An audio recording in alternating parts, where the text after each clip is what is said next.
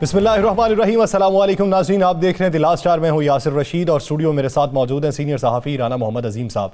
नाज़रीन, वज़ीर-ए-आज़म इमरान खान दौरा रूस मुकम्मल करके वापसी के लिए रवाना हो चुके हैं। वज़ीर-ए-आज़म इमरान खान के दौरा रूस के दौरान रूसी सदर से 1-on-1 मुलाकात हुई और इस वक्त में रूस और यूक्रेन का तनाज़ा भी काफ़ी शिद्दत इख्तियार कर चुका है। प्रोग्राम में इस पर भी बात करेंगे और प्रोग्राम में मुल्क की सियासत के ऊपर भी बात की जाएगी। पाकिस्तानी सियासत में अगर अपोजिशन को देखा जाए तो अपोजिशन की मेल मुलाकातों का सिलसिला जारी है और कौमी असम्बली के अंदर एक नशिस्त रखने वाली जमात इस्लामी पाकिस्तान वो भी इस वक्त अहमियत इख्तियार कर चुकी है। आसिफ अली जरदारी आज मंसूरा में पहुंचे और वहां पर सिराजुल हक से उन्होंने मुलाकात की है। तहरीक अदम एतमाद के नतीजे में उनका ताउन मांगा है और इस मुलाकात के बाद जो गुफ्तगू की गई वो लियाकत बलोच की जानिब से गुफ्तगू की गई। लियाकत बलोच का यह कहना था कि मुल्क की सालमियत में बेहतरी के लिए इस हुकूमत का घर जाना ही मुनासिब है। इस हुकूमत का ठहर जाना मुल्क की सालमियत के लिए खतरा होगा और मुल्क की मईशत मजीद दिगरगूं सूरत हाल का शिकार हो जाएगी। अपोजिशन के इन रवाबत में पाकिस्तान तहरीक इंसाफ के भी राबिते जारी हैं। कौमी असम्बली के स्पीकर असद कैसर ने मोने सिलाही से राबिता किया है। उस राबिते के नतीजे में क्या बात हुई है और अपोजिशन के राबिते किस हद तक मजबूत हैं और किस हद तक वो नंबर गेम्स पूरी कर चुके हैं। राना साहब की तरफ बढ़ेंगे। राना साहब, अपनी जमातें मेल मुलाकातें कर रही है। आसिफ अली जरदारी साहब को टास्क दिया गया है रवाबित का। आप ये देखिए कि राबिते करते हैं, राबिते करने के बाद प्रेस टॉक वो नहीं करते, वो जिससे मुलाकात करते हैं उनका कोई नुमाइंदा या रहनुमा प्रेस टॉक करता है। वजह क्या है? क्या पत्ते नहीं शो करना चाहते? बिस्मिल्लाहिर्रहमानिर्रहीम। अस्सलातु वस्सलामु अलैका या सय्यदी या रसूल अल्लाह, अस्सलातु वस्सलामु अलैका या सय्यदी या हबीब अल्लाह। या सर, आज मैं आपको वो सारे सवालात के जवाब हम आपको देते हैं जो पूरी कौम जानना चाहती है। 3-4 रोज़ से आउट क्लास मुलाकातें हो रही हैं, बेहतरीन मुलाकातें हो रही हैं। ऐसे लग रहा है जैसे 3 घंटे बाद 4 घंटे बाद इस मुलाकात के बाद अपोजिशन जो है वो अदम एतमाद ले आएगी। इस मुलाकात के बाद हुकूमत चली जाएगी। इस मुलाकात के बाद सारा जो है मामला सेट हो जाएगा। इस मुलाकात के बाद नया आ जाएगा। लोगों ने यहाँ तक कह दिया कि वज़ीर-ए-आज़म शहबाज शरीफ, वज़ीर आला परवेज़ लाई साहब के साथ कह दिया गया जनाब स्पीकर जो है वो बन गए हैं मौलाना साहब के बेटे। यानी सारे ओहदे भी बन गए, सारा कुछ भी हो गया, लेकिन अपोजिशन के मुंह से अभी तक कोई बात नहीं निकली। क्या अपोजिशन ने कह दिया?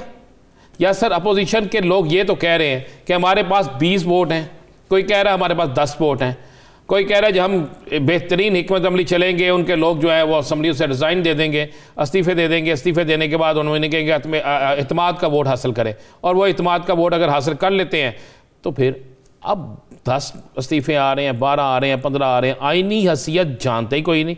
इस्तीफ़ा दिया, इस्तीफ़ा नहीं माना गया। इस्तीफ़ा अगर माना भी गया तो क्या हुकूमत अपना स्कोर कम कर रही है?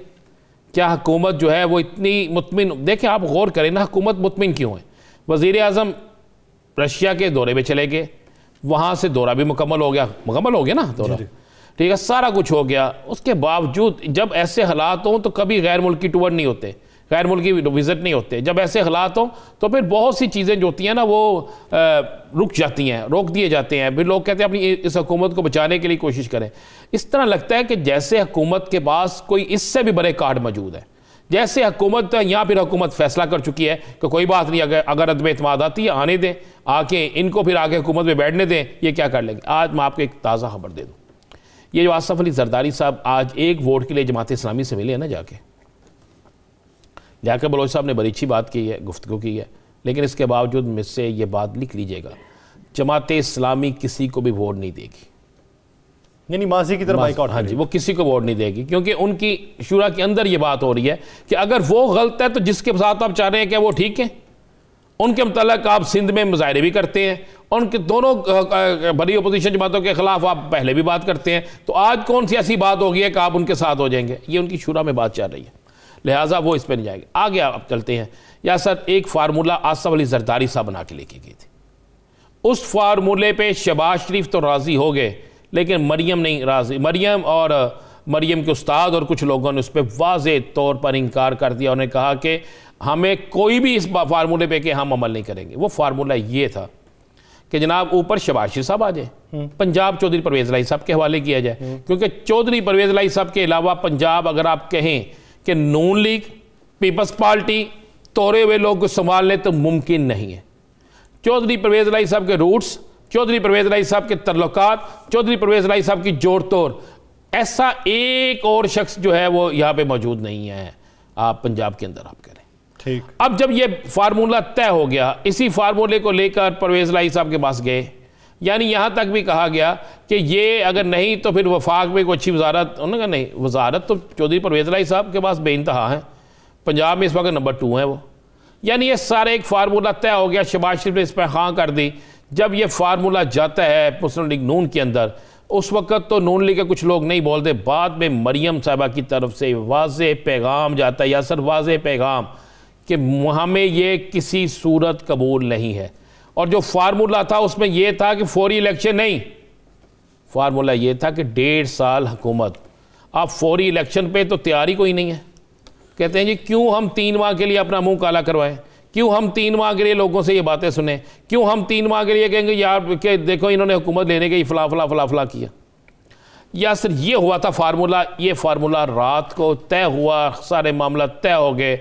मरियम की तरफ से अब से कुछ देर पहले ये पैगाम गया है कि मैं इस फार्मूले को नहीं मानती, आप वफाक में तब्दीली लाएं, वफाक की तब्दीली के बाद आप असम्बलियाँ डिज़ोल्व करें और उसके बाद पंजाब क्या सारे खुद ही ख़त्म हो जाए। राना साहब, तब्दीलियों के लिए वो शहबाज शरीफ साहब से मंसूब जो खबरें चल रही हैं कि उन्होंने फार्मूला ये दिया है कि बहुत से अराकीन असम्बली से इस्तीफे दिलवाए जाएँ, उन्हें फिर नून लीग के टिकट दिए जाएँ और नून लीग के टिकट से उनको इलेक्शन लड़वाया जाए। कोई ऐसी बात नहीं है, कोई ऐसी बात नहीं है। मैं फिर आपसे कह रहा हूँ भाई, मुझे बताएं पहले ये इंतज़ार, चलें आप पूछना चाहते हैं ये इंतज़ार कर रहे हैं या सर कि 1 मार्च को गालबन फॉरेन फंडिंग केस की भी तारीख है, ये इंतज़ार कर रहे हैं शायद उस तरफ से कोई मौजज़ा हो जाए।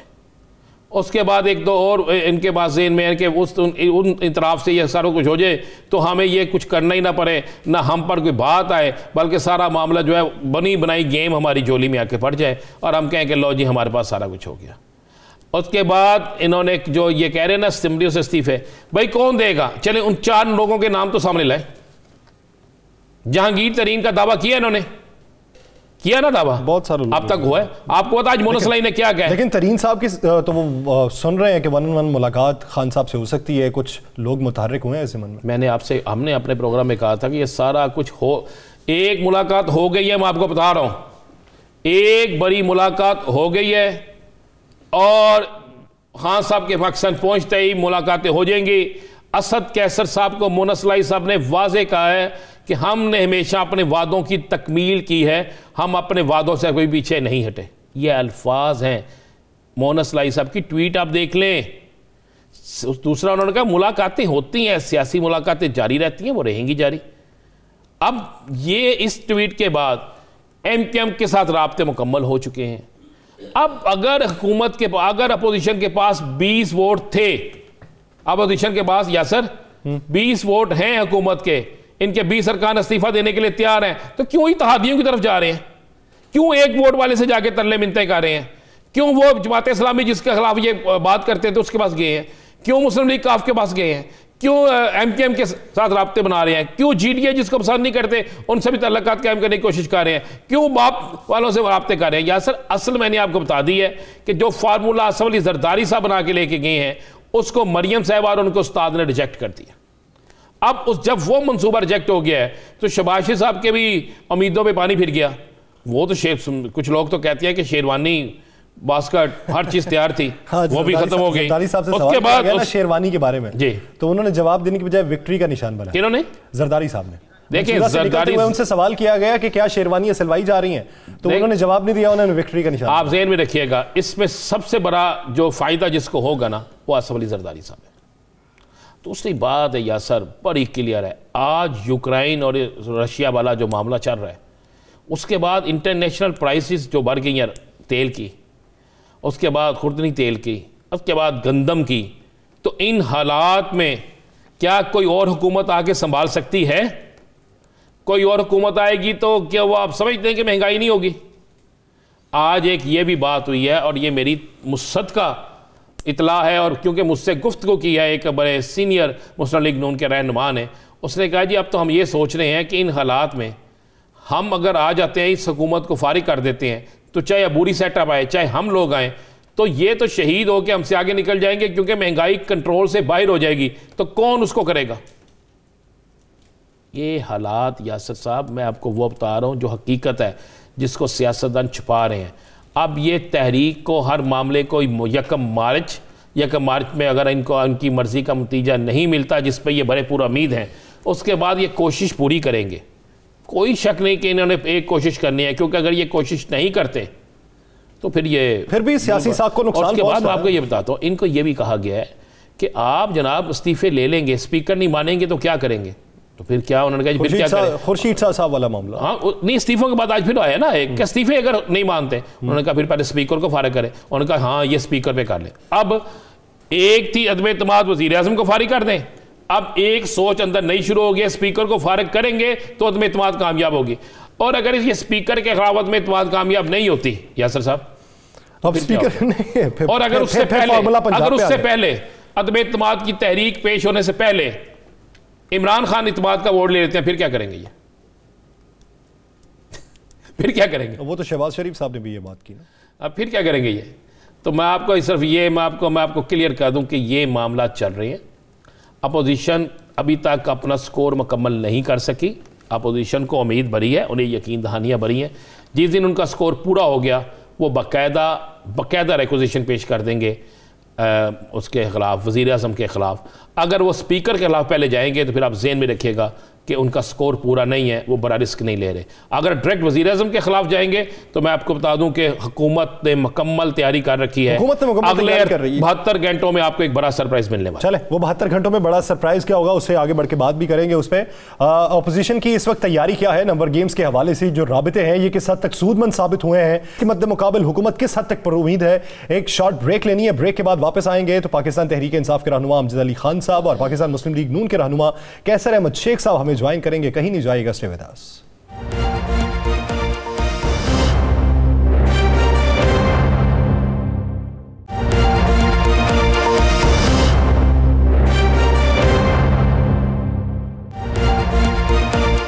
ब्रेक के बाद एक बार फिर से खुशामदीद नाज़रीन। हुकूमत को जो मशवरे दिए गए उनके इत्तेहादियों की जानिब से और उनके साथियों की जानिब से कि आप अपने अंदर जो फूट पड़ चुकी है उसको मुनज़्ज़म कीजिए, उनसे रवाबित बहाल कीजिए, जो पुराने रुफ़का हैं उनको एक बार फिर से मनाइए, गिले शिकवे हो जाते हैं, गिले शिकवे दूर कीजिए। जहांगीर तरीन साहब की तरफ से 1-on-1 मुलाकात के हवाले से जो लोग इस वक्त तगोदो कर रहे हैं वो किस हद तक कामयाब हो चुके हैं। इत्तेहादियों के हवाले से जो अपोजिशन को तवक्कुआत वाबस्ता है, तो क्या हुकूमत को कोई तहफ़्फ़ुज़ात हैं? इस पूरे सियासी मंजरनामे पर बात करेंगे। हमें ज्वाइन किया मुस्लिम लीग नून के सीनियर रहनुमा कैसर अहमद शेख साहब ने और पाकिस्तान तहरीक इंसाफ के रहनुमा अमजद अली खान साहब ने। मैं आप दोनों हजरात का बहुत मशकूर हूं। खान साहब, सबसे पहले आपकी तरफ आता हूं। एक तरफ अगर ऑपोजिशन को देखा जाए तो ऑपोजिशन दिन ब दिन जो मुलाकातों को तूल देती जा रही है और उसका दायरा कार भी वसी करती जा रही है। क्या हुकूमत को कोई खदशा है कि जिस तरह हॉर्स ट्रेडिंग का इल्जाम लगाया गया कल और परसों, तो आपको लगता है कि कुछ लोग आपके इन्होंने अपनी तरफ कर लिए? बिस्मिल्लाहिर्रहमानिर्रहीम। यासिर भाई, अभी अपोजिशन की हाड़ियां जाड़ियां वेख दे रहा हूं। और वो कहते हैं ना कि वो बैठक हुई, जरदारी साहब मिले अपना शहबाज साहब, उन्होंने चाय पी है, उधर चाय पी और फिर वहां से निकले, उन्होंने कहा थोड़े घर चाय पीनी है। तो चाड़ियां जाड़ियां लगियां रहनगियां, थोड़ा भी मतलब सारे चैनलों का फुलका भी लगा रहेगा, कुछ ही नहीं होना, सारे पुरानी तनख्वाहां ते काम करेंगे ये लोग। नहीं साहब, आपने कहा कि सब पुरानी तनख्वाह पे काम करेंगे। ऐसी कौन सी आपके पास चीज़ है, ऐसी कौन सी आपके पास जादू की छड़ी है कि आप समझते हैं कि सारी अपोजिशन का इकट्ठे होना और उसके बाद इतने इतने दावे करने और दावों के बावजूद आपकी हुकूमत बच जाएगी? ये तो आज हमें बताएं। अजीम भाई, सबसे पहले तो तमाम अल्लाह के, सबसे पहले अल्लाह की ज़ात है जो करीम भी है, रहीम भी है। इत्तेहादी भी हैं, पार्टी भी यकजहती का मुजाहरा कर रही है, लेकिन असल जो बात है ना, ये लोग हैं मफादात के नीचे काम करने। ये पाकिस्तान डकेट मूवमेंट हो, ये मफादात की गेम हो, ये इनके अपने मफाद हैं और कुछ गिव एंड टेक के मसाइल हैं जो कभी इनको सुलझने नहीं देंगे मामलात को, न ये सुलझा सकती हैं। और ये आप समझ सकते हैं अजीम भाई कि इनके इश्यूज क्या हैं, जमानतें भी हैं, टीटीज भी हैं, ये डील भी चाहते हैं, ढील भी चाहते हैं, चमड़ी भी है, दमड़ी भी है। ये सारी कहानियां अब लोग भी समझते हैं कि ये किस चक्कर में, और आज पूरा जोर लगाने के बावजूद कौम ने भी ये तहरीक अदम एतमाद की जो बातें हैं ना, इसको भी रिजेक्ट किया है। और ये हालात भी नहीं है पाकिस्तान पाकिस्तान के जितने इदारे हैं वो समझते हैं कि पाकिस्तान स्टेबल होगा, पाकिस्तान की इकोनॉमी उतनी ऊपर जाएगी। आज इंटरनेशनली जो कुछ हो रहा है, अफगानिस्तान के मामलात हैं, आपके सर पे इंडिया बैठा है, कश्मीर के इश्यूज हैं, आज खित्ते के अंदर देखें रूस और यूक्रेन का जो इशू है, फिर आपने जहाँ पे पेट्रोल क्राइसिस आ रहा है, फिर यहाँ पे जो है अब बहुत सारी चीजें जो देखो अब दुनिया कहाँ पे जाती है। तो इन हालात में इन लोगों को मेरे ख्याल में अकल के नाखन लेने चाहिए, कम से कम जाती जो वेंडेटा है या एजेंडा है उससे बाहर आके पाकिस्तान की बात करें। इमरान खान पाकिस्तान की बात कर रहे हैं और जो सब सूरत-ए-हाल को देखते हुए हमें मुस्तकबिल के फैसले करने चाहिए। इस तरह की जो तहरीक अदम एतमाद की इस वक्त जो तहरीक चलाई जा रही है वो पाकिस्तान की सालमियत के लिए सूदमंद साबित नहीं होगी। शेख साहब, आप और तमाम अपोजिशन पार्टीज अगर देखी जाएं तो वो ये बात करती हैं कि सिर्फ 10 वोटों का फ़र्क है, 10 वोटों का फ़र्क ख़त्म हो गया तो हम ये हुकूमत गिरा सकते हैं, हम वज़ीर आज़म को तब्दील कर सकते हैं। तो फिर इसका मतलब ये है कि तमाम अपोजिशन जमातें मिल बैठ गई, रवाबित भी हो गए, तहरीक अदम एतमाद अभी तक ना आ सकी, ना तारीख का तयन हो सका कि आपके ही कुछ लोग PTI के साथ मिले हुए हैं। डर आपको इस बात का? बिस्मिल्लाहिर्रहमानिर्रहीम। देखिए, हम आपको पता है कि जो आवाम की हमारा एहतजाज है और आवाम की डिमांड है उस पे वोट ऑफ नो कॉन्फिडेंस कर रहे हैं। आवाम महंगाई पे नाला है सबसे ज़्यादा। और आज के दिन आप देख लीजिए, मैं क्योंकि बिजनेस से तल्लक है, आज का दिन देख लीजिए कि जो ब्रेंट ऑयल है वो $105 से तजावत कर गए, यानी पिछले 3 हफ्ते में 15% बढ़ गए। और गंदम की कीमत 5.5% दुनिया में बढ़ गई है। और उसके साथ साथ हमारा बहुत बड़ी इंपोर्ट पाम ऑयल की है वो 7.5% बढ़ गई। अगले 15 दिन में जो महंगाई का और बुरान आने वाला है, क्योंकि इस हुकूमत को तो कंट्रोल करना आ ही नहीं रहा। इस हुकूमत में ऐसे तो ना करें शेख साहब, तो जहां पे हुकूमत गलत है वहां पे हुकूमत को गलत कहेंगे। कंट्रोल प्राइस कमेटीज फाल नहीं है, हुकूमत को गलत कहा जाएगा। यहाँ की अगर मकामी कोई पैदावार है उसकी कीमत बढ़ रही है उस पर आप गलत कह लें। आप खुद ही कह रहे हैं ब्रेंट क्रूड ऑयल की आलमी सतह पे कीमत बढ़ गई है, वीट की कीमत इसलिए बढ़ी है कि रशिया सबसे बड़ा एक्सपोर्टर है दुनिया के अंदर, तो ये उसकी वजह से जो हो रहा है उसका इंपैक्ट अगर पाकिस्तान में आएगा तो इसमें हुकूमत का क्या कसूर?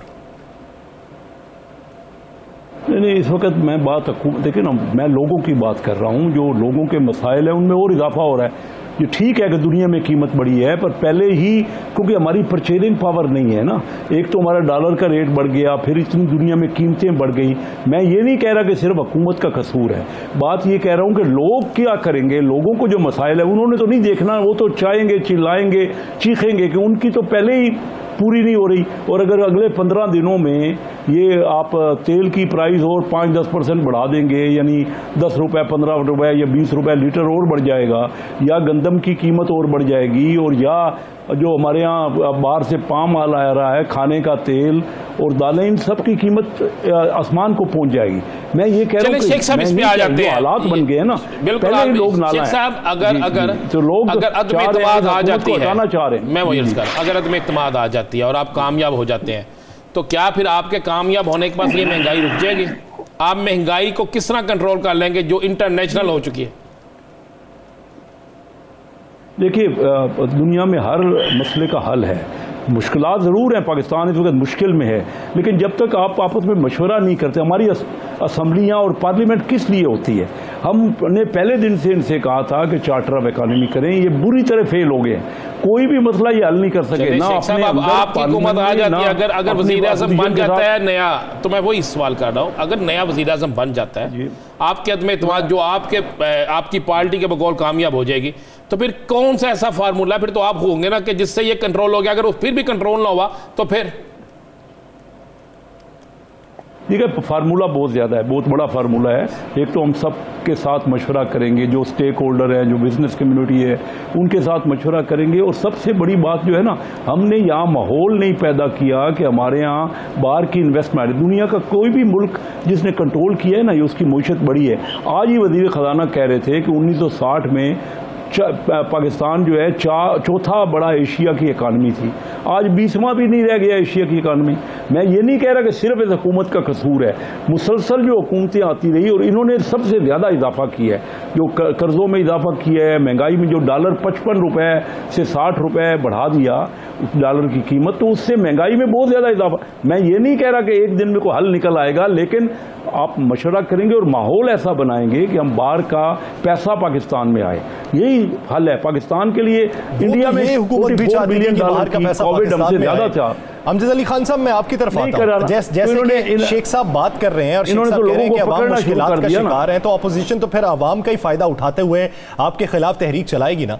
मौजूदा सूरत हाल में जहां पेट्रोल की प्राइसेस मजीद बढ़ने का खदशा है, उसके अलावा अगर आप देख लें सोने की कीमतें बढ़ गई, चांदी की कीमतें बढ़ गई, स्टॉक मार्केट की आज 1100 पॉइंट्स में कमी वाक़ई हुई है। आने वाले दिनों में अगर मजीद मुश्किलात बढ़ती हैं तो फिर हुकूमत उसको किस तरीके से टैकल करेगी? यासिर, बिल्कुल आपने जिस तरफ इशारा किया है इसमें कोई शक नहीं है कि पाकिस्तान की इकॉनमी जो है डे वन से, जो 2018 से लेके उस वक्त जो है वो डिक्लाइन में थी। डिक्लाइन से फिर स्टेबिलिटी की तरफ लेके आई, हमने इस्तेकाम दिया थोड़ा, फिर रिकवरी में आई। देखिए, इसमें भी कोई शक नहीं है कि ये जो अब नया सिनेरियो बना है आफ्टर कोरोना के, इंटरनेशनली जो है आज यूक्रेन और रशिया की जो वार है, ये हमें डिस्टर्ब करेगी, जिसमें आपकी जितने भी अशियाए खुर्दनोश है ये बढ़ेगी, आपकी पेट्रोलियम मसनूआत बढ़ेगी। इसके ऊपर यकीनन बैठ के प्राइम मिनिस्टर पाकिस्तान और उनकी जो इकोनॉमी की जो टीम है, जो मईशत को ठीक करने वाले हैं, लाजमी बात है कि उसके ऊपर गौर व फिक्र करेंगे। हम पहले भी कोशिश कर रहे हैं कि जो लोग हैं उनकी तकालीफ को दूर करते हुए, जैसे हम हेल्थ कार्ड लाए, राशन कार्ड जो है अब बाकायदा उसने अपना सिस्टम ऑन कर दिया है, इसी तरह बहुत सारे और फलाही जो है वो काम हमने स्टार्ट करने वाले हैं, ताकि हमें मालूम है कि जहाँ अमेरिका जैसी इकोनॉमी जो है वो अपने शहरियों को बिलियन बल्कि ट्रिलियन डॉलर्स दे रही है, तो हम तो बहुत मतलब पहले ही हम अंडर डेवलप कंट्रीज हैं, हमारे पास था ही क्या, लेकिन हम कोशिश कर रहे हैं कि अपने लोगों को केटर कर सकें। हाँ साहब, जब आपको पता है, ये मुस्लिम लीग नून का दावा है, शेख साहब कह रहे हैं कि हमारे पास बहुत से कुलिये हैं और हम लोगों को एतमाद में लेके महंगाई कंट्रोल कर लेंगे, तो एक इनको मौका दे दें। अगर नहीं कंट्रोल कर सकेंगे तो आप हीरो होंगे। अजीम, कई दहाइयों पे तो इनको मौका दिया गया, इन्हीं के पैदा करते मसाइल जो हैं तो वो आज कौम के और हमारे गले में है ना। इन्हीं के तो करतूत हैं कि आज आपके इदारे बैठ चुके थे, इन्हीं के की वजह से इनके अपने कारोबार तो दुनिया में फैलते चले गए, यहाँ पे जागीरें बनती गई, महल्लात बनते गए। वो कह रहे हैं कि आप लोगों को गिरफ्तार करते हैं, इस वजह से बाहर से इन्वेस्टमेंट नहीं आती। हम इसलिए गिरफ्तार करते हैं कि हम ना डील और डील दोनों के चक्कर में नहीं है, हम तो नहीं करते, इनके अपने बनाए हुए केसेस हैं। हम जरूर ये करते हैं कि हम इदारों को रोकते नहीं, इदारों को अपना काम करने देते हैं, जिसकी वजह से देखा कि पिछले 3.5 साल के अंदर जो रिकवरी हुई है और इनके 18 साल में जो रिकवरी। खान साहब मैं इससे पहले कि शेख साहब की अगर उन्हीं के ही बनाए हुए केसेस हैं तो फिर सवाल ये बनता है कि आपके वजीर आजम और आपके वज़रा ये क्यों कहते हैं कि हम इनको नहीं छोड़ेंगे, इनको जेलों में भेजेंगे, जब केसेस ही उन्हीं के बनाए हुए हैं, तो फिर आपका क्रेडिट क्या है इसमें? वो यासिर इसलिए कि पहले ही केस चूंकि इतने इन्वेस्टिगेशन हो चुकी थी, चूंकि ये एक मुका की पार्टियां थी, केसेस पेंडिंग पड़े थे, अरसे दराज से पेंडिंग थे, हमने गो हेड दिया इदारों के वो अपना रूल ऑफ लॉ के नीचे काम करें। हम इदारों को के अंदर हमने मुदाखलत खत्म की, तो ये ऑटोमेटिक जो है वो केसेस जो है वो अपना काम दिखाने लग गए और चीजें दुनिया के सामने आ गई। कोई टीटीज के जरिए पैसे ला रहा था, कोई गोलगप्पे वालों के जो उसमें पैसे आ रहे थे, कोई मकसूद चपरासी निकल आया, और भी अभी कई निकलने हैं। थोड़ा सा आगे देखते हैं क्या होता है। शेख साहब, आपने अमजद साहब की बात सुनी। शेख साहब, मैं जरा इससे आगे चलता हूँ। अदम एतमाद की तहरीक के लिए स्कोर पूरा है हमारे पास? देखिए, मुझे तो इस बात का जो बात मैं सुनता हूँ अपने लीडर से, उन्हीं पे एतबार करता हूँ। मुझे कोई डायरेक्ट तो इन्फॉर्मेशन नहीं, ना मेरी किसी से मीटिंग हो रही है, लेकिन यही बात है कि तमाम पार्टियां आपस में मिल रही हैं। क्या वजह है कि काफ लीग के चौधरी परवेज इलाही जो इनके इलाही हैं वो मुस्लिम लीग नवाज से के लीडरों से मिल रहे हैं, या MQM ने ये ऐलान किया है, उन्होंने कहा है कि हम इस तरह के मसाइल का बोझ नहीं उठा सकते। इस क्या वजह है कि जहांगीर तरीन जो इन्हीं के मेन इनके दोस्त और साथी थे वो क्यों नाराज है? क्यों, कोई वजह तो है ना। और फिर पहले मैं जिक्र कर रहा था इकानमी का, तो जब ये और जो हालात अबतर होंगे ना, और जिस तरह शेख साहब आप जो वजह हुकूमत के खिलाफ होने की बताते हैं जहांगीर तरीन साहब की, वो वजह नहीं है? नहीं, वो जो भी वजह है उनको चाहिए ना कि आपस के जो अपने, हमारा तो कोई मेंबर खुल के, अगर कोई है भी किसी का इख्तलाफ तो खुल के उसने मुखालफत तो नहीं की ना। आपको कोई नजर आया कि अपोजिशन का कोई मेंबर भी पंजाब के अंदर आपके मेंबर साथ उठ के पाकिस्तान तहरीक इंसाफ की हिमायत कर गए, आप लोगों ने उनसे इस्तीफे तलब किए, आप कहते हैं कि किसी मेंबर ने बात नहीं की खुल के? नहीं, मैं नेशनल असेंबली के मेंबरों की बात कर रहा हूँ। तो बलूचिस्तान की फिर सूरत हाल जो है वो तो सामने है। मैं इनके नेशनल असेंबली के मेंबर जो हैं जहांगीर तरीन साहब के जो साथी हैं खुल के सामने आ रहे हैं, और वो अभी तक इन्होंने उनसे तो वो मान नहीं पा रहे ना। उन्होंने जो भी पॉइंट ऑफ व्यू चले शेख साहब, अपने साथी और भी इख्तलाफ कर रहे हैं। शेख साहब आपने क्या खुल के आ रहे हैं? मुझे दो नाम बता दें जिन्होंने खुल के मुखालफत कर दी है। कोई दो नाम बता दें जहांगीर तरीन ग्रुप के और या इनके अंदर के, कोई दो नाम। नहीं, जहांगीर तरीन साहब क्या, नहीं जहांगीर तरीन ग्रुप के वो खुद जहांगीर तरीन साहब तो नहीं है। मैं कह रहा हूं उस ग्रुप के दो नाम बता दें जिन्होंने खुल के मुखालफत की ताकि हमें पता चल सके। नहीं, वो तो सारे नाम डिस्क्लोज, उनका ग्रुप जब मीट करता है तो सारे नाम आपने अखबारों में पढ़ लिए, कोई एक नाम तो नहीं है। उन्होंने तो कहा है कि हमने अपना एक ग्रुप बनाया है और हमें इख्तलाफ है। राजा रियाज साहब तो वैसे ही बड़े अरसे से वो तो उस ग्रुप के लीडर हैं, यानी वन ऑफ द लीडर हैं जहांगीर तरीन साहब के साथ, और उसके साथी हैं हमारे इलाकों से भी लोग हैं। मैं नाम अब इंडिविजुअल आपके सामने है। मैं असल बात ये करना चाह रहा हूँ कि जो आगे मसाइल आ रहे हैं ना, जो लोगों को जो मामलात और मुश्किलात हो रही हैं, इनको चाहिए यही था कि ये मशवरा करते और इकानमी संभालते। ये नैब आज भी हाई कोर्ट ने कहा, इस्लामाबाद हाई कोर्ट ने, कि ये जो आपने नैब को तो ये बना दिया है कि सिर्फ उसने निकाला क्या है, कोई चीज वसूल की। आपके पास 3.5 साल थे, आपने जो इतने करप्शन के इल्जामात लगाए, तो यही सवाल है कि आपने आसफ अली जरदारी पे एक मुकदमा बनवाया। शेख साहब ब्रेक के बाद ब्रेक पे जाना है, राणा साहब ब्रेक पे जाना है। ब्रेक के बाद वापस आएंगे तो मंजरनामे पे मजीद भी गुफ्तगू करेंगे और इसके साथ साथ पैका ऑर्डिनेंस पे भी बातचीत करेंगे। नाज़रीन कहीं नहीं जाएगा, स्टे विद अस।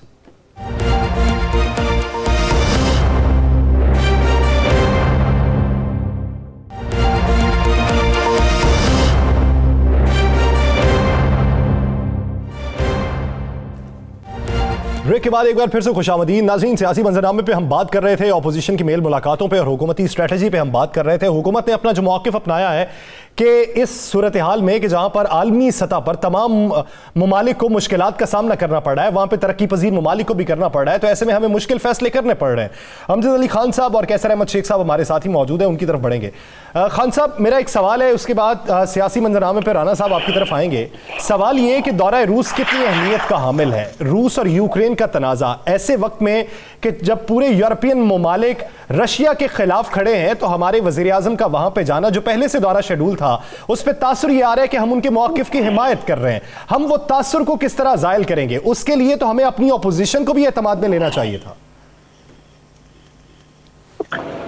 यासिर, हमेशा हमारी जो डिप्लोमेसी थी वो वन साइडेड थी।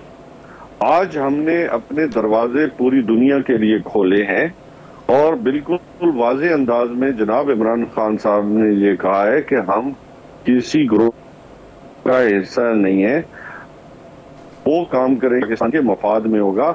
हमारा मिशन सिर्फ एक ही है कि हमने पाकिस्तान की तिजारत को, पाकिस्तान की सालमियत को और पाकिस्तान को अपने जो इंटरनेशनली जो प्रॉब्लम्स है उनको हल करना है हमारा। इसके अलावा और फिर हमने जो अपने जो तिजारती मराइल हैं वो तय करने हैं। हमने तिजारत करनी है, हम कुछ जंगे नहीं करने जा रहे। हाँ, इमरान खान साहब ने लास्ट 2-3 डेज पहले जो है बिफोर जो है एक इंटरव्यू भी दिया। उसने बड़े एक वाज़े अंदाज में कहा कि जंगे फैसले नहीं करती, हमेशा गुफ्तो शनीद ही दुनिया के मसाइल का हाल है। तो तो इससे बड़ा मैसेज मेरे ख्याल में जो रशियन टीवी था और उस मीडिया था उसके लिए जो खान साहब ने पूरी रशियन अवाम के लिए, रशियन जितनी भी उनके ऑफिशियल्स के लिए, मेरे ख्याल में ये काफी था। और आज जितनी भी स्टेटमेंट्स आई हैं, जो बातचीत हुई है, एक बड़ी तवील बातचीत हुई है पुतिन के साथ, तो उसमें भी खान साहब ने इस्लामोफोबिया पे बात की है, पाकिस्तान की तिजारत पे बात की गई है, मतलब बहुत सारे ऐसे प्रोजेक्ट्स जो पाकिस्तान के मफाद में थे उस पर बातचीत की गई है। और वहाँ पे खान साहब ने की होगी कि जो है जंगें जो है क्या वज़ीर आज़म फैसले नहीं करती, हमेशा तो शनीद से ही मसाइल हल होते हैं। वज़ीर आज़म साहब ने कल कोई फौरी इजलास तलब किया है अपनी थिंक टैंक का? लाजमी बात है कि वो इजलास होगा और उसमें वो अपनी जो आइंदा का लाएअमल है, जो पाकिस्तान की मौजूदा सूरत हाल इंटरनेशनली, वो सारी चीजें मद्देनजर रखी जाएंगी। कल जहांगीर तरीन साहब से भी रब्ता होगा?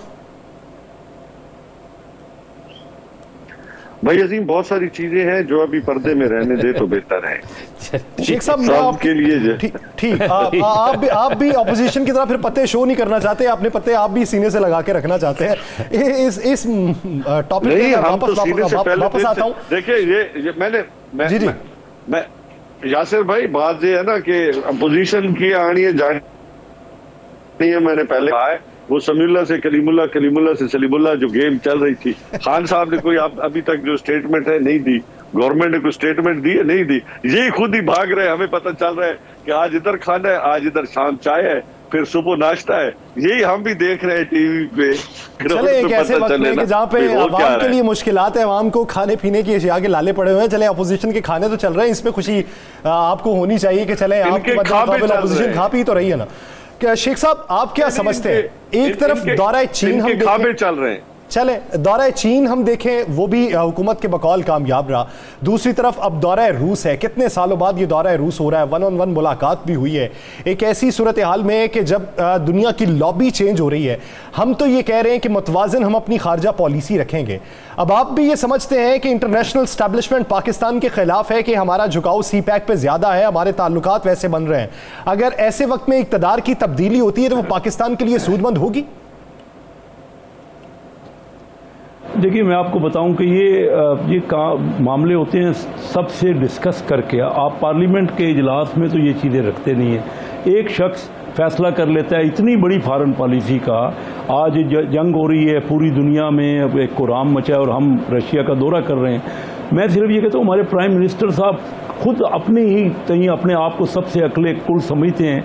वो सिंगल ट्रैक आदमी है, ना वो अपोजिशन से रब्ता करते हैं। वो ये देखिए ना, बात ये थी कि अगर उन्होंने अमेरिका के जो बाइडन ने हमें टेलीफोन नहीं किया, सदर साहब ने, तो हम उनको फ़ोन कर लें तो क्या हो जाएगा। एक बहुत बड़ी इकानमी है, बहुत बड़ा मुल्क है।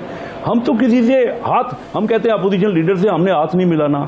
हमने, अब बताइए, इस तरह नहीं सियासत होती। और ये डिप्लोमेसी और स्टेट्समैनशिप ये नहीं है कि हर एक से बिगाड़ के, अब इतनी बड़ी इकानमी से हमने इस मौके पर हम जो कर रहे हैं। और पहले चीन हमारा बड़ा देरीना दोस्त है, हम चीन से, और अमेरिका को इससे कोई एतराज़ नहीं होना चाहिए कि हम CPEC में इन्वेस्टमेंट कर रहे हैं। क्यों? ये हमारा अपना मैटर है, हमारा इंटरनल मैटर है। लेकिन इसका मतलब ये नहीं कि हम उनसे बातचीत ही ख़त्म कर दें, उनसे बात ही ना करें। वो देखिए, उनके आज ही उन्होंने बयान दिया, उन्होंने तो बयान दे दिया आज इस मौके पे भी। उन्होंने कहा जी पाकिस्तान से हमारे बड़े देरीना तल्लुकात हैं और हमारे रवाबित हैं। तो आज उन्होंने बयान दिया। हमें नहीं ये हुई हिम्मत भाई, आजकल के हालात में हम मुल्क, हमारा स्ट्रेटेजिक लोकेशन है, बड़ी इंपॉर्टेंट है। रूस का दौरा किया, कोई हर्ज नहीं है। शेख साहब, आगे चलते हैं। अदम इत्मीनाद के हवाले से आपकी पार्लिमानी पार्टी का इजलास हो गया, आप लोगों को इत्मीनाद में ले लिया गया, क्या अभी इजलास होना है? नहीं जी, अभी इजलास नहीं हुआ। मेरे ख्याल में जब भी सेशन होगा या हम अदम इत्मीनाद के लिए मूव करेंगे तो ज़रूर उससे पहले बिल्कुल आपस में इत्मीनाद, हमारी यही पॉलिसी है। होता ही है, साइन करवाना शुरू कर दिए, अदम इत्मीनाद के नेगोशिएशन में साइन होना शुरू हो गए। नून लीग से क्या MNA से साइन करवाना शुरू कर दिया? मुझे किसी ने रब्ता नहीं किया, ना मुझे इस बारे में कोई पता है। अगर कोई कन्वीन करेंगे, सबको बुलाएंगे तो मैं ज़रूर जाऊंगा और पार्टी जिस तरह कहेगी उसी तरह करूंगा। लेकिन अभी तक इस सिलसिले में कोई आपस में रब्ता नहीं हुआ। अमजद अली खान साहब, जिस तरह शेख साहब ये बात कर रहे हैं कि आप बातचीत नहीं करते, डायलॉग नहीं करते, एतमाद में नहीं लेते, सिंगल ट्रैक पे चलते हैं, इसी तरह आप ऑर्डिनेंसेस लाते हैं, अपोजिशन उस पर तनकीद करती है। अब प्रिवेंशन इलेक्ट्रॉनिक क्राइम एक्ट में जो तरमीम की गई है उस पर अदालत का ये मौक़िफ़ है कि ये ब्लैक एंड ड्रैकोनियन लॉ है। उन्होंने ये भी कहा जस्टिस अतमर अल्लाह साहब ने कि आपने इसको नैब से बदतरीन कानून बना दिया है। तो इस ज़िमन में फिर अपोजिशन से मुशावरत क्यों नहीं की जाती कि उसके बाद आपको अदालत में जाके हजीमत का सामना न करना पड़े? यासिर, मैं अदालत के रिमार्क्स पे तो कुछ नहीं कहूंगा, लेकिन मैं सिर्फ इतना कहना चाहूंगा कि क्या पाकिस्तान के माशरे की बुनियाद झूठ पे हम रखना चाह रहे हैं या सच्चाई पे रखना चाह रहे हैं। मैं समझता हूं कि आप जैसे जो जर्नलिस्ट हैं, जो एंकर्स हैं, जो सच्चाई का इल्म बरदार हैं, आप हैं, अजीम भाई है, तो क्या इनको आपको तो फायदा है इससे। और वो जो न्यूज है, जो फेक न्यूज है, देखें क्या ये जो लाया गया है पीका 2022 के अंदर सेक्शन 43 के अंदर जो चेंजिंग लाई गई है, तो क्या ये उनको रोक रही है जो रियलिटी पे अपना काम कर रहे हैं? अमजद भाई, हम चाहते हैं, पूरी कौम चाहती है कि फेक न्यूज क्या है, उसकी तशरीह, उसकी तारीफ, ये कुछ तो होना चाहिए था ना जिस पे सब सवाल कर रहे हैं। हम भी फेक न्यूज़ के खिलाफ है, किसी सूरत में कोई भी जेन्युइन सहाफ़ी फेक न्यूज़ के हक पे नहीं है, लेकिन उसकी तशरीह तो करे ना। किस तरह पता चलेगा ये फेक न्यूज़ है? बिल्कुल बिल्कुल अजीम भाई, मैं आपको बता, देखिए एक ऐसी खबर जिसका हकीकत से कोई ताल्लुक नहीं है, वो आपके मुतालिक कह दी जाए या आपकी डिफेमिंग के मुतालिक हो, यासिर भाई आपके मुतालिक हो, जिसका मतलब आपकी पर्सनालिटी पे या मुल्क के इदारों पे, जैसे जस्टिस गुलजार पे, इवन अदालतों के ऊपर बेतहाशा मतलब आपने देखा कि ट्रेंड चलाए गए। इसी तरह जो आप जबलत जंग में है। लेकिन खान साहब आप ये देखें कि फवाद चौधरी साहब ने हॉर्स ट्रेडिंग का इल्जाम लगाया और उनका ये कहना था 3 MNAs हमारे ऐसे हैं जिन्होंने रिपोर्ट किया। नून लीग तो कहती है कि ये भी फिर फेक न्यूज है, आप इसको साबित करें। देखिए, अगर चौधरी साहब ने ये बात की है तो लाजमी बात है कि हमारे उन MNAs ने गवर्नमेंट को इन्फॉर्म किया होगा। आपको याद होगा सेनेट इलेक्शन के अंदर भी ऐसे वाकयात हुए थे, वीडियोस भी सामने आई थी, जिसके मुतालिक जो है वो नेशनल मीडिया पे वो चीजें हम सामने लेके आए थे, इलेक्शन कमीशन के नोटिस। उम्मीद करते हैं कि अटॉर्नी जनरल की तरफ से जो वजाहत की गई है अदालत के अंदर, वो वजाहत जो पेश की गई कि कैबिनेट में ये फिर से इस पे बात की जाएगी और फेक न्यूज की तशरीह लाई जाएगी, वो तशरीह जल्द ही सामने आ जाएगी। बहुत शुक्रिया अहमद खान साहब और कैसर अहमद शेख साहब इस हवाले से अपना वक्त देने के लिए। नाज़रीन, एक ब्रेक के बाद बात करेंगे रूस और यूक्रेन इशू पे। साबिक सफीर Ukraine general retired Zahid Mubashir Sheikh sahab हमें ज्वाइन करेंगे। कहीं नहीं जाएगा, स्टे विद अस।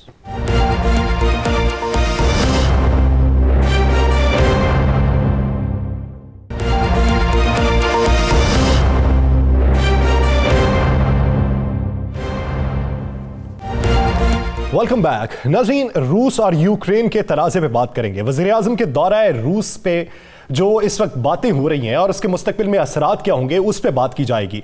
रूस और यूक्रेन के तनाज़े की वजह से आलमी मंडियों की जो इस वक्त सूरत हाल है, जहां पर पेट्रोल की प्राइसेस 2014 के बाद बुलंद तरीन सतह पर हैं, $104 फी बैरल तक पहुंच चुकी हैं। उसके साथ साथ सोने की कीमत में इजाफा हुआ, चांदी की कीमत में इजाफा हुआ। अगर स्टॉक मार्केट्स देखें तो वहां पर मंदियां हमें देखने में नजर आ रही हैं, वो एशियाई स्टॉक मार्केट्स हों या यूरोपियन मार्केट्स हों।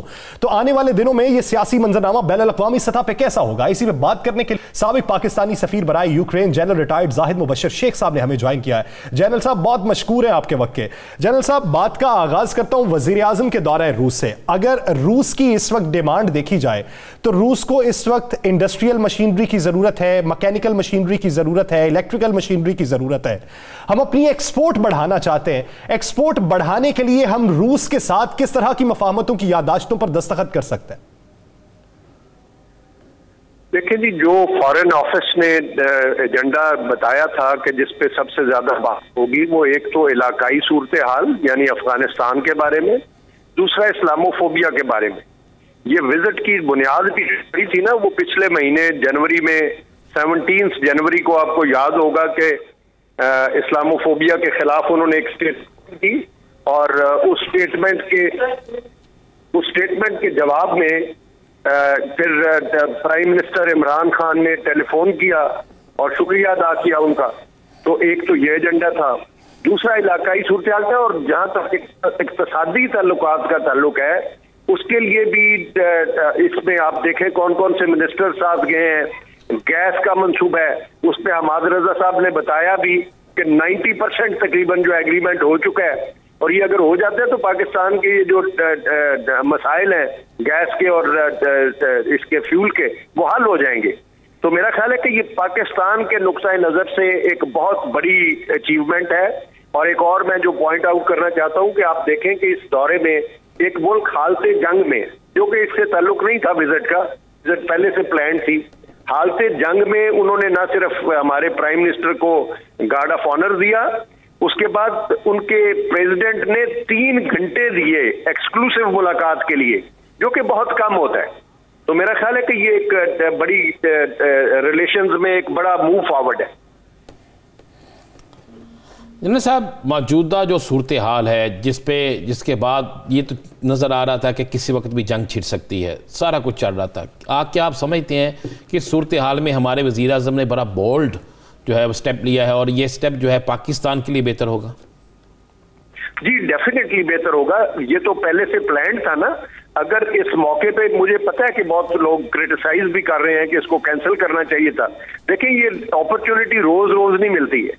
उन्होंने इनवाइट किया था ये के लिए, डाइवर्सिफाई करने के लिए अपने रिलेशंस, बड़ा मौका था, तो इसको गंवाना नहीं चाहिए था। ये बड़ा अच्छा हो गया कि उन्होंने इसका फायदा उठाया, बोल्ड स्टेप लिया, चले गए, उनको रिसीव भी बड़ा उन्होंने वार्मली किया। और मेरा ख्याल है कि ये बहुत अच्छा हुआ। और आपने देखा है कि अमेरिका ने साथ ही बयान दिया है कि पाकिस्तान के साथ हमारे बड़े करीबी ताल्लुकात हैं और ये ताल्लुकात हैं, वो ताल्लुकात हैं। तो और इस सिचुएशन में वहां जाने का एक और फायदा जो हुआ, जो इल टाइम्ड कह रहे हैं ना, उनका जवाब ये है कि देखिए जिस तरह फोकस प्राइम मिनिस्टर की विजिट पे अब हुआ है, अगर ये नॉर्मल हालात में होता तो कभी दुनिया इतना फोकस ना करती। तो ये बड़ा अच्छा हुआ है, लाइमलाइट में आया है। आप ये देखें कि अगर यूरोपियन कंट्रीज को लिया जाए तो यूरोपियन कंट्रीज की जानिब से रूस पे तनकीद हो रही है। खित्ते के कुछ ममालिक ऐसे हैं जो अमेरिका पे इल्जाम धर रहे हैं कि ये अमेरिका की वजह से हालत जंग की सूरत हाल पैदा हुई है। आप क्या समझते हैं, पाकिस्तान अपना तशख़्ख़ुस किस तरीके से क्लियर कर सकता है इस पूरे माहौल में? देखिए पाकिस्तान को साइड्स लेने की कोई जरूरत नहीं है। पाकिस्तान ने एक और बड़ा अच्छा बैलेंसिंग एक्ट किया। जो अभी यूक्रेन में पाकिस्तान के सफीर हैं, उनका नाम है नवेल खोखर साहब, नोएल इसराइल खोखर। तो उन्होंने एक दिन पहले उनके फॉरेन मिनिस्टर से मुलाकात की और उन्हें बताया कि हम यूक्रेन की सॉलिडेरिटी और सालमियत के साथ खड़े हैं। यानी ये उन पे जाहिर कर दिया गया कि इस विजिट का ताल्लुक आपकी जंग से नहीं है, हम रशिया को फेवर नहीं कर रहे हैं। और प्राइम मिनिस्टर इमरान खान तो हमेशा जो है वो अमन की बात करते हैं। वो कभी अमेरिका को भी उन्होंने पहली दफा ओपनली कहा कि अमन में हम आपके साथ हैं, जंग में हम आपके साथ नहीं है।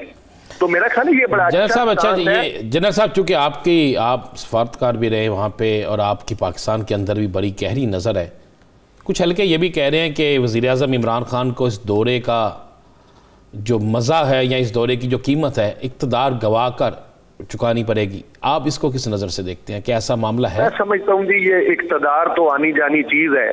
हमें देखना ये चाहिए कि मुल्क के लिए क्या बेहतर है। अगर इस चीज़ों से डरते रहेंगे ना जे कि इक़्तिदार चला जाएगा, तो इक़्तिदार में अगर इन्होंने रह लिया तो कितने दिन इक़्तिदार में रह लेंगे। इक़्तिदार तो जाना ही जाना है, आने और जाने वाली चीज़ है। हमें काम वो करना चाहिए, लीडर का काम ये है कि वो काम करे जो उसके मुल्क के लिए बेहतर हो। और दूसरी बात यह है कि मैं समझता हूं कि जो लोग क्रिटिसाइज कर रहे हैं ना इस वक्त, जब बैरूनी मुहाज पे हम भी क्रिटिसाइज करते हैं प्राइम मिनिस्टर पे, उनकी कई बातें हमें पसंद नहीं आती। मैं आपने मेरे आर्टिकल में देखा होगा, मैं अक्सर लिखता हूं, क्रिटिसाइज करता हूं। लेकिन जब वो एक गैर मुल्की मुहाज पे आते हैं और बातचीत करते हैं तो वो सारे पाकिस्तान के प्राइम मिनिस्टर हैं, वो पीटीआई के प्राइम मिनिस्टर नहीं है। पूरी कौम को उनके पीछे खड़ा होना चाहिए। चले दौरे पे जनरल साहब मजीद बात आपसे राना साहब भी करेंगे। मुझे, आप यूक्रेन में रहे, यूक्रेन की सिफारती सूरत हाल को भी आपने बखूबी जांचा है। मौजूदा सूरत हाल में अगर देखा जाए तो रशिया के ऊपर यूरोपियन कंट्रीज पाबंदियां लगाने का मुतालबा कर रहे हैं। अगर हम सिनेरियो देखें तो 40% जो गैस है यूरोपियन कंट्रीज को वो रशिया देता है, 25% ऑयल रशिया देता है। उसके अलावा वीट का सबसे बड़ा एक्सपोर्टर दुनिया में रशिया है। अगर पाबंदियां लगती हैं तो उसका नुकसान ज्यादा रशिया को होगा या यूरोपियन कंट्रीज को होगा? डेफिनेटली यूरोपियन कंट्रीज को होगा। दुनिया की 40% गंदम जो है वो यूक्रेन और रशिया मिला कर देखे तो दुनिया की 40% गंदम वो पैदा करते हैं। तो ये पूरी दुनिया का नुकसान होगा और पूरी दुनिया का नुकसान शुरू हो गया है। अभी आप देखें ना, कीमतें पेट्रोल की कहां चली गई हैं, गैस की भी। दुनिया का सबसे बड़ा गैस के जखायर जो है वो रशिया में है। जर्मनी को जो गैस मिलनी थी रशिया से, उसकी कीमत उससे 7वां हिस्सा कम थी जो उनको दूसरी सोर्सेज से मिल रही है। तो ये यूरोपियन, और ये मेरे ख्याल में गीदड़ भभकी हैं। ये आप देखेंगे कुछ अरसे बाद मामला सेटल हो जाएंगे। ये कोई परमानेंटली थोड़ा इन्होंने उनका बाइकआउट कर देना है, ये इनको वारा ही नहीं खाता और ये अफोर्ड ही नहीं कर सकते। तो ये परमानेंट। जनरल साहब एक सवाल का जवाब दीजिएगा जनाब। आपकी गहरी नजर है, यूक्रेन पे तो बात हो गई, आप क्या पाकिस्तान में हुकूमत के खिलाफ किसी तहरीक को कामयाब होता देख रहे हैं? और क्या इस तहरीक में सियासी जमातों को किसी और की हमायत हासिल है? जी, इसके बारे में कहना बहुत मुश्किल है, क्योंकि इसके बारे में देखें, मैं तो चूंकि अभी रिटायर्ड हूँ, मैं इसका मेरे इल्म में नहीं है, तो मेरे लिए कहना बड़ा मुश्किल है कि वो किसकी हमायत उनको हासिल है या नहीं हासिल। मेरी गट फीलिंग ये है कि ये तहरीक, अगर तारीख के तनाजुर में भी देखें, आज तक तो कामयाब नहीं हुई। ये जो तहरीक है ना, तहरीक अदम एतमाद, आज तक तो पाकिस्तान में कामयाब नहीं हुई। और देखना ये कि इनका एजेंडा क्या है। देखें, कहीं की ईंट कहीं का रोड़ा, इनका क्या आपस में मिलता है? इन जमातें जो आपस में मिली हुई हैं, सवाए इसके कि इन सब पे मुकदमात बने हुए हैं, बाकी तो कोई चीज कॉमन नहीं है। सबका अपना अपना एजेंडा है। तो मेरा नहीं ख्याल कि ये कामयाब होगा, और अभी भी मुझे बहुत इत्तेहाद नजर नहीं उनमें आ रहा। जनरल साहब, एक आखिरी सवाल, ऐसी करंट सिनेरियो के अंदर तब्दीली इक़्तिदार पाकिस्तान में सूदमंद होगी या हमें नुकसान भुगतना पड़ेगा? नहीं, मेरे ख्याल के मुल्क में इंस्टेबिलिटी पैदा होगी और मेरे ख्याल में ये मुल्क के हक में बिल्कुल नहीं है। और देखें, हमारी सियासी जमातों ने बड़े बड़े आपस में मुआहदे, तब्दीली इक़्तिदार जो है वो मुल्क के लिए सूदमंद साबित नहीं हो सकता। ये तमाम अपोजिशन जमातें कामयाब भी नहीं हो सकती हैं और आलमी सतह के ऊपर रशिया और यूक्रेन का जो तनाज़ा है वो ज्यादा देर तक कायम नहीं रह सकता। बहुत शुक्रिया जनरल रिटायर्ड मुबशर शेख साहब, इस हवाले से अपना वक्त देने के लिए। नाज़रीन, द लास्ट आवर से मुझे और राना अजीम साहब को दीजिए इजाजत। अपना बहुत सा ख्याल रखिएगा। अल्लाह ने के बाद।